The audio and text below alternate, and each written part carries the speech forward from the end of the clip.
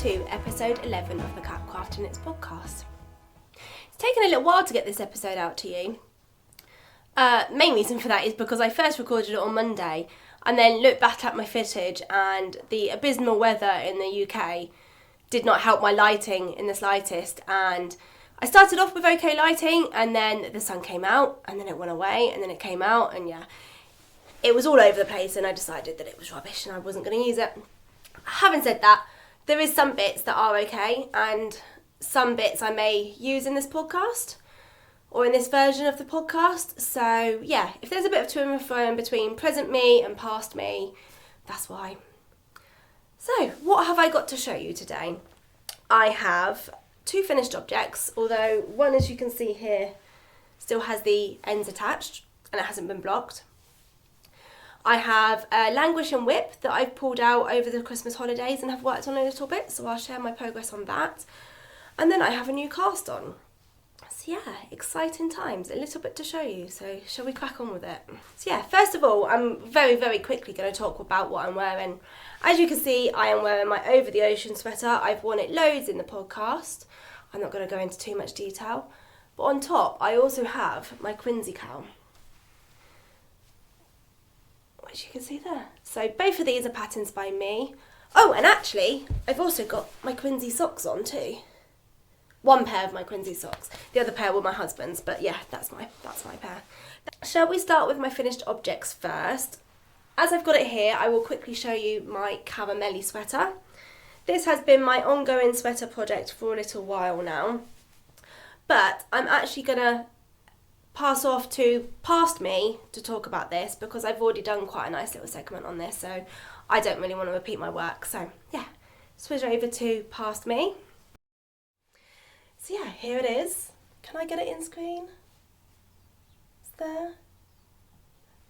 Like I said, the ends are still attached, but apart from the sleeve ones actually, they are all woven in. I just wanted to block it before snipping. The only reason that I haven't woven in the sleeve ends yet is because I wanted to just double check my sleeve lengths post blocking. I made them longer than the pattern, as I did the body too, but they still kind of feel a bit short, and I know that's because it's a drop shoulder, so the actual sleeve section does feel shorter because the shoulder takes up more space. But I just wanted to double check that.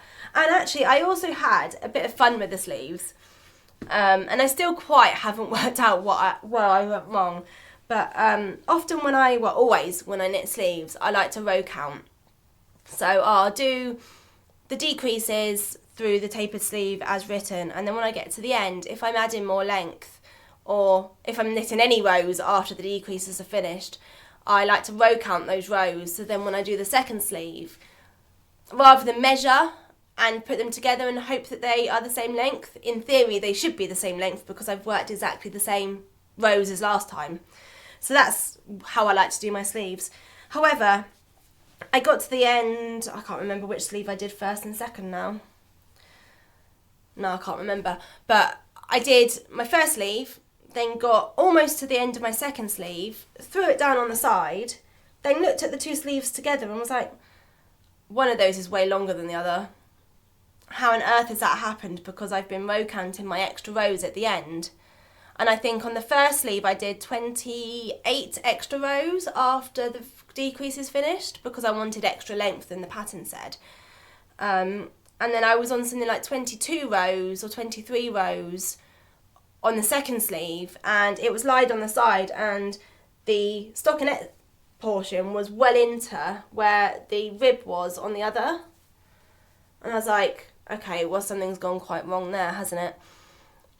So I put stitch markers in where my last decreases were for both sides, and one of my decreases sat basically it was like an 8 round repeat, 7 round stockinette stitch, 1 round decrease for the tapered sleeve, and one set of decreases on my second sleeve sat exactly 8 rows after the last decrease on the other sleeve. So I was like, okay, but I haven't decreased more times, I've got the same amount of stitches, and I thought I did it in exactly the same ratio, so why have I finished those decreases later than the first sleeve.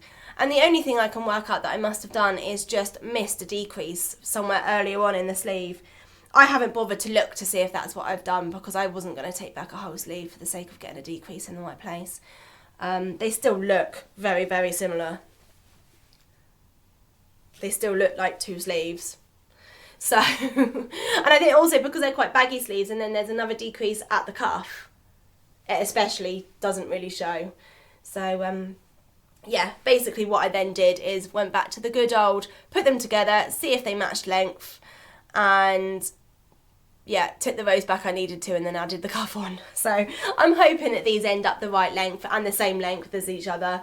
They appear to be at the moment, but we will also see after blocking. So yeah, there are 2 there. Yeah, so how annoying was that? I thought I was really organised and I couldn't go wrong, and I did. So yeah, this needs a good block. I'm looking forward to seeing this blocked. I haven't actually tried it on since finishing it. Shall we do that quickly? It's obviously not going to look right because it's unblocked, but let's have a quick look at least what it might look like.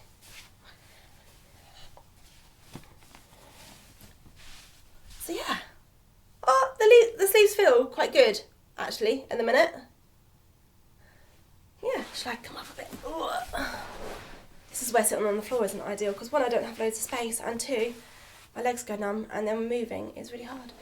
So yeah, I really like the shape of this body. It starts off quite wide, and then it's tapered throughout the body to come into the waist. And obviously you can't really see with my jeans digging into my belly as well, but I think certainly with a skirt that will look really nice. And I'm hoping that this pattern, or this garment, will end up being quite a nice easy one to wear to work. So look nice and comfy and cosy and just sweater like, but still kind of have enough smartness about it, not look too scruffy. Yeah, I'm not really talking properly, you know what I mean, you know what I'm trying to say. So yeah, that's that. I'm quite pleased with that. Yeah, the neckline, I think I've said before, or maybe I didn't say before, I can't even remember what I've said, isn't the most even as it could be, and neither is the bind off on the wrist. It's a tubular bind off. Actually, that side's not too bad, it's that side that's worse. Let's twist that round so you can see. It's a tubular bind off, which on the most part gives a really nice finish, but I did find that quite difficult to do in the hand spun. I didn't even mention this is hand spun. If you haven't seen my podcast episodes before and you haven't seen me talk about this, this is made from my hand spun yarn. I think it was a fibre from the Threshing Barn. I can't remember the colourway now, but it's 100% merino, and it's the first sweater weight quantity of yarn that I have spun. So it's the first time I've knit a sweater out of any of my hand spun. And yeah, for the most part I had a fairly even spin. On the top part, front and back, I alternated skeins, because I definitely had one skein that was like thicker weight, heavier weight than the others. And so rather than just not using that yarn and then risk running out, although I'll talk about that in a minute, I alternated this skein into the upper section of the sweater so that it was kind of integrated and more even. But yeah, because of the hand spun nature of the yarn and it still being a bit thick and thin in places, it does mean that there are sections, I don't think you can really see it in the jumper so much, and it would definitely look better with blocking. That is blowing out the colour, something rotten. It's way more purple than that, which I think you saw. Anyway, yeah, particularly with that bind off, the tubular bind off, yeah, the lumps and bumps in my yarn weren't ideal. So yeah, welcome back to present me. The only thing I forgot to say about in that little clip was about my yarn usage.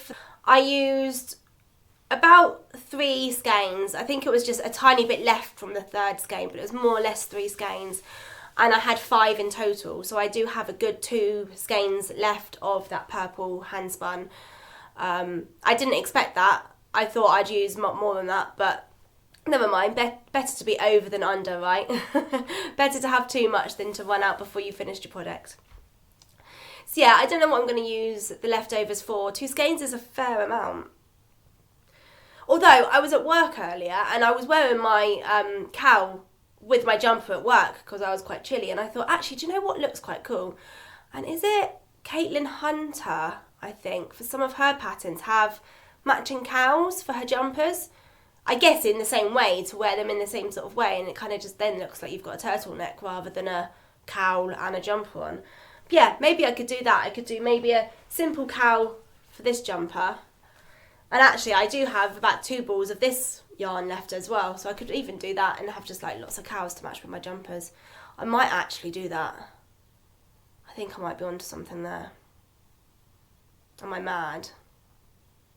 I think I'm probably mad. I've actually knit a whole sweater that I'm pretty pleased with out of hand spun. My own hand spun. Like, I'm a pretty novice spinner. So yeah, that's quite an achievement. I think I'm quite pleased with that. I probably will talk about that one again, maybe on the next episode, because obviously I haven't blocked it yet. So it'd be nice to show it all blocked and finished. And proper, should I say. So yeah, moving on. Should we talk about my second finished object? No guesses for what my next finished object is, if you've been watching the podcast. It's my socks. I say my socks, my husband's socks. So if you have watched my episodes before, you will know that this project started off as a toe and then a sock tube that I just knit and knit and knit and knit and knit. Like that. So I knit the whole of the tube first, and then by last episode I was basically ready to chop my sock tube in half. And that went okay. I chopped it in half, as you can see. It took me a lot longer than I thought it was going to take. I thought I'd just like snip, snip, snip, and that'd be done. It would be split, and I could finish the socks. But no, it actually took a little while. Upon splitting, I then wasn't sure how I was going to do with yarn for the contrast colour. I thought, actually, I'm not sure I'm going to get as far as I want with that. It looked like it wasn't going to make it. So I then split for the afterthought heel next on both of them. Knit my afterthought heel, which you can see there, hopefully if it focuses, is nothing spectacular. It is simply a toe, a wedge toe, but for heel. And then once I got both heels in, apologies. Once I got both heels in, I then picked up the stitches again for the cuffs and knit the cuffs 2 at a time and I split obviously the yarn so I can knit them 2 at a time, and knit my cuffs until I had no contrast colour left basically.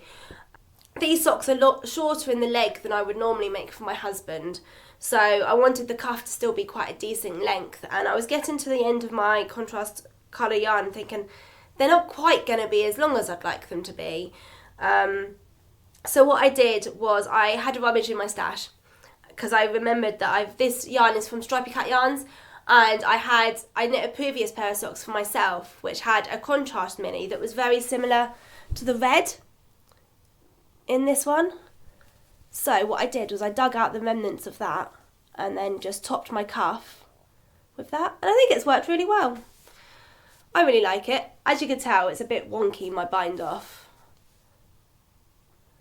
and that's simply because I used a nice stretchy bind off, but yeah, it just doesn't quite sit nicely, and I'm sure I would be much better at that if I usually knit my socks toe up, but I don't. I knit them cuff down usually, so I don't usually have to worry about how neat my bind off is, because it's usually grafting the toe. And I'm quite good at grafting. Oh, I say that. Toot my own horn. So yeah, those are my finished tubey socks. My husband really likes them.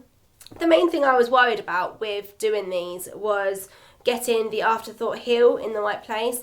I've not done an afterthought heel before, so although I knew how to knit the actual heel portion, I didn't want to cut my tube and then find that it was going to be in completely the wrong place and that it didn't fit him.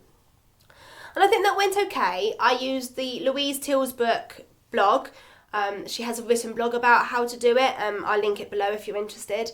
And I found that really helpful. I think I almost got it right. I think if I was to do it again, I'd maybe go just slightly longer in the foot than it is. Literally probably by about three rows is probably all it needed.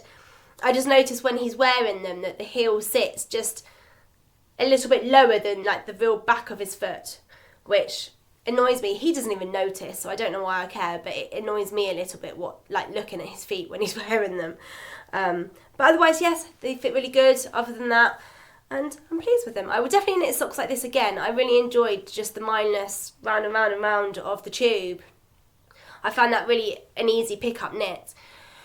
And then I actually then enjoyed the more technical piecing together last bits, so the cuffs, the heels, and splitting the tube in the first place. So yeah, I think that was a success. And yeah, I've got loads and loads of sock yarn, so I will probably be casting on another sock tube quite soon, I think. And with that in mind, I'm going to dive into this bag. I've got a few bits on top that I'm not going to talk about until in a minute. So let me get those out of the way. And yes, so this is my languishing whip, which I have put a little bit of work into recently. You'll probably know, actually I'll show you the first one first because it's technically, there is a hoe involved in this one. And it's this sock. When I filmed this the other day, the light blew this out, something terrible, and the yarn did not show in the slightest. So if it doesn't work this time, then I will maybe try and do some overlay footage. But this is a really lovely yarn from Siobhan's Crafts. I think it was a one of a kind colourway. I can't remember what the name was now. And this sock was one of the first tester socks for the shaped cuff, which you can see there, the shaped cuff that I used in my Speckle Pop Socks pattern. And it's basically just like a short row heel or short row shaping added to the back of the heel to make a deeper heel for a shorty sock. And yeah, it might not come up on here, but there's a couple of places where I didn't get the short rows in quite as nicely as I would have liked, but it was the first attempt, and otherwise the actual shaping worked. So yes, this was the first sock, and then the second sock I did, I think it was like 9 rows of the cuff and then just left it. I couldn't be bothered to do any more. And the main reason for that is because I knew that I had to do the shaping again for the cuff. And now I knew it had worked because I'd done it on other socks. You might remember I did my husband a pair, and then I also did 2 samples of the actual Speckle Pop Socks pattern as well. So by then I didn't really want to go back and do another short row cuff. I couldn't be bothered. So I left this 9 rows of rib just on the needles and didn't come back to it. However, over Christmas, as you saw in the starting footage of this episode, we went to Legoland for my daughter's birthday, and that's about a 3-hour drive from here, 3-ish hours. And I wanted something that I could knit on in the car. I can't always knit in the car. It depends on the roads. Like, I'm fine on the motorways or like nice straight long roads, but I don't feel very well. I get a bit car sick if it's kind of too windy. But a lot of the journey to Legoland was motorway, so yeah, there's no way I can sit in the passenger seat and not do anything. I had to have something in my hands. So I picked this up again, and this is as far as I've got. So this was mainly car knitting, and then we stayed in the Legoland hotel. So then the rest of it was done kind of in the evening after the kids went to sleep in the hotel. So yeah, I finished off that cuff. I did the heel flap, turn, and then gusset. And I am just about into the foot there, or actually a little bit into the foot there. So yeah, good progress made on that. And predictably, now we're back home and I've got other stuff going on, I've put this down again. But hopefully now that I'm just on the foot and I need to make it to the toe and then finish the toe off, actually hopefully this will be an easy pick up knit again for me now. I definitely know I wasn't working on it before because I couldn't be bothered to do this more intricate bit at the top. So hopefully now I will pick this up, even if it's for just a couple of minutes at a time. It's surprising how much sock knitting you can do just in those odd moments. So yeah. The only thing I didn't mention about this sock is that on it I did a slip stitch detail on the top. Again, this might not show, it didn't show the other day. But yeah. And again, primarily I did this on my husband's pair first. We've got, I guess they're going to be matching socks, but in different colourways. I did it on my husband's because he likes a ribbed sock, but this being a plain sock, I just wanted to add that little slip stitch detail to the top of the foot just to cinch them in a bit. I think you can buy like socks that sports socks that have that kind of gathering on the top of the foot, and I was kind of trying to mimic that. I think it does quite a nice job, and I quite like the way it looks in the yarn, so I did it on mine too. But otherwise, that's all this is. It's just a out of my head, I'm doing it as I go sock.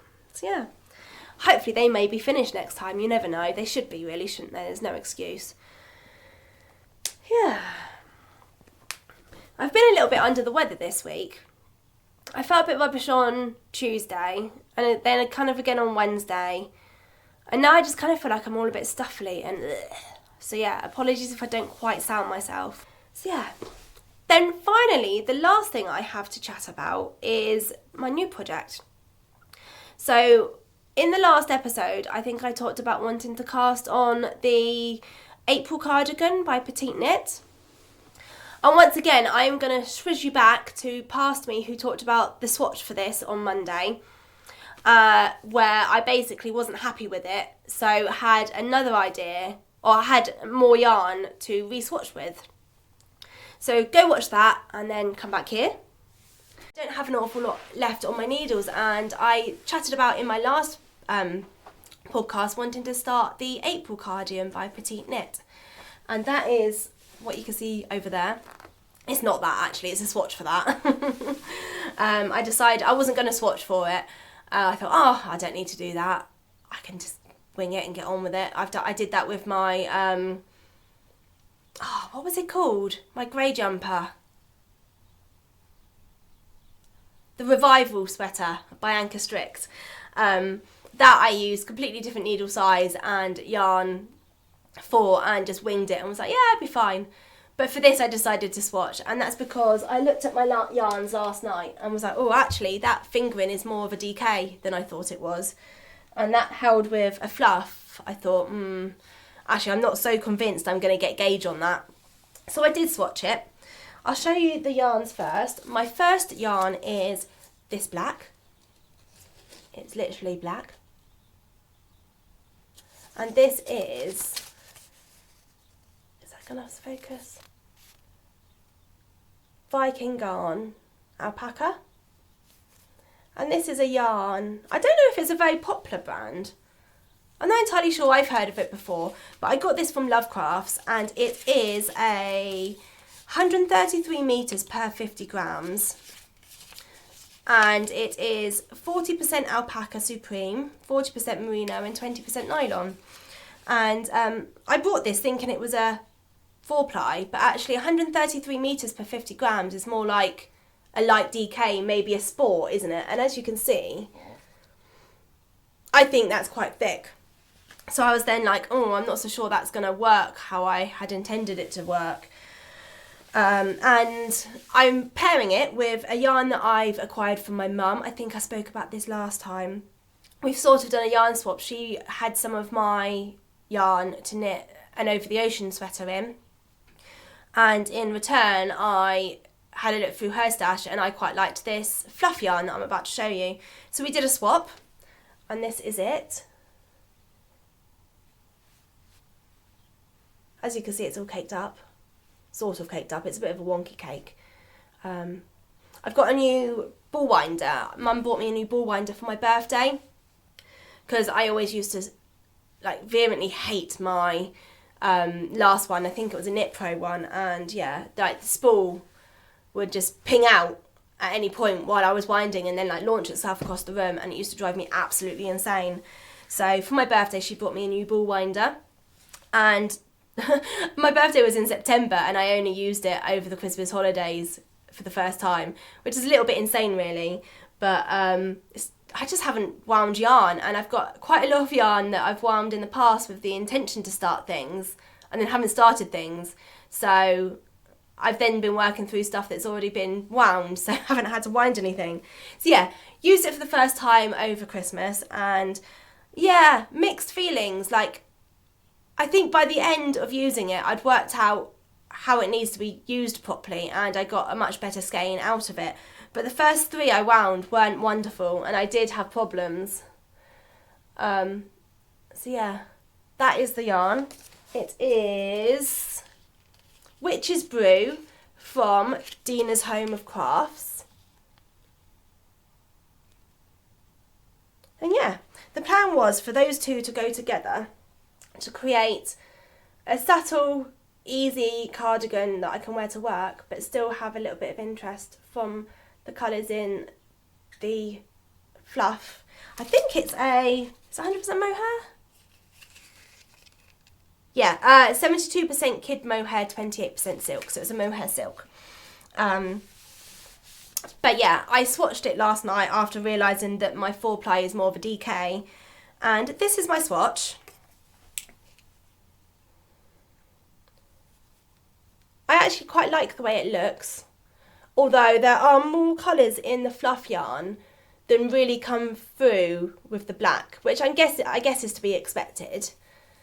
But yeah, I need a gauge of 21 stitches to 4 inch, and I think I'm getting about 19 to 20, which isn't terribly far off, but my main issue is actually that's on a 4mm needle, which is the one recommended.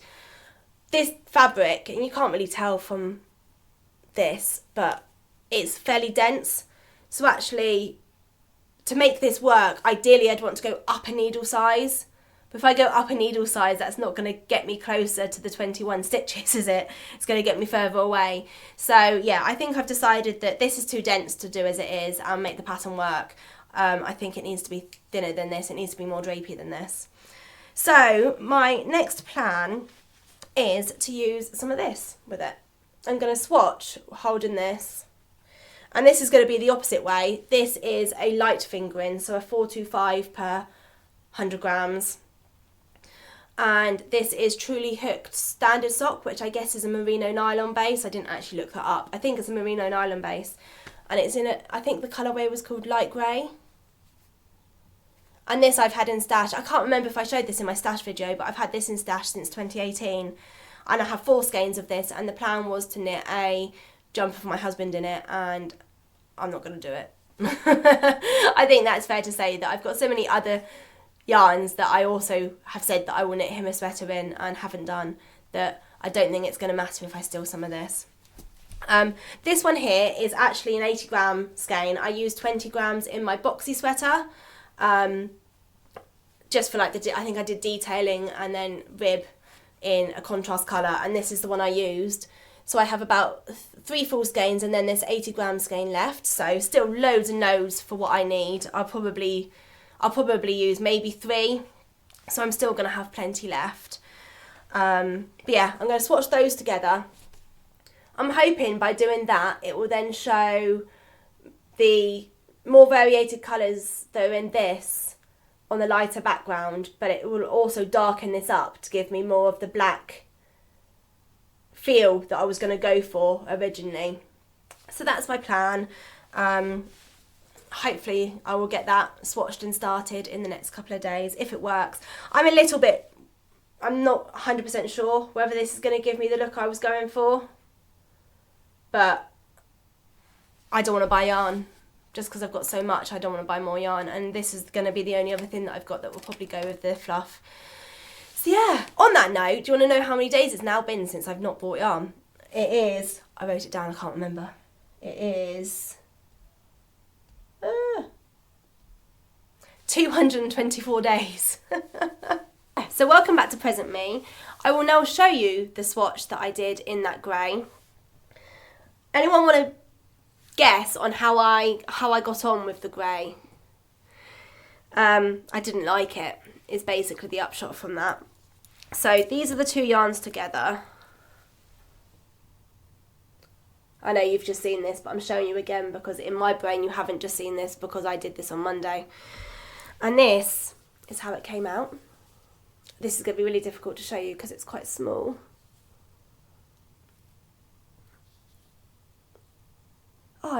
ways it looks better on that screen there than I think it does in real life. Maybe I should have given this more of a chance. Yeah, that actually looks better on that camera than I think it did in real life, or does in real life. So yeah, that's how those two came out. And yeah, I tell you what it is. One, I had my heart set on, for my sins, knitting with black yarn. I've never knit with black yarn before, and I really just wanted something black.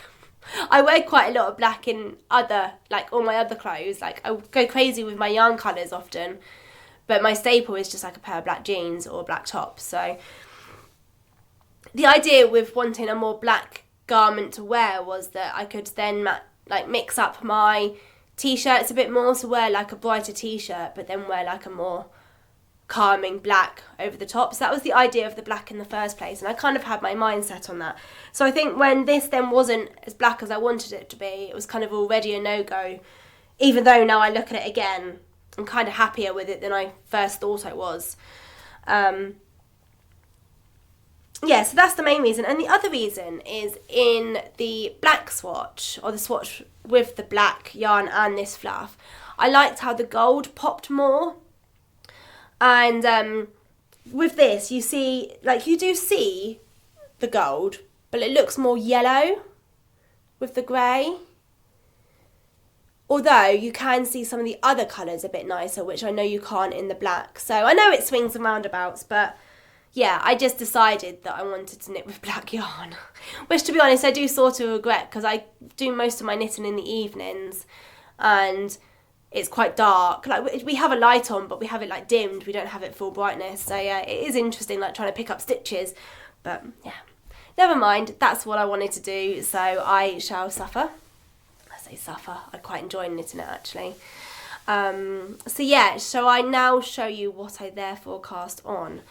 Now, from listening to the previous bit of clip, you'll know that one of the main reasons I decided I couldn't use the black, or I didn't want to use the black, was simply because I wasn't getting gauge and it was too dense for the April cardigan.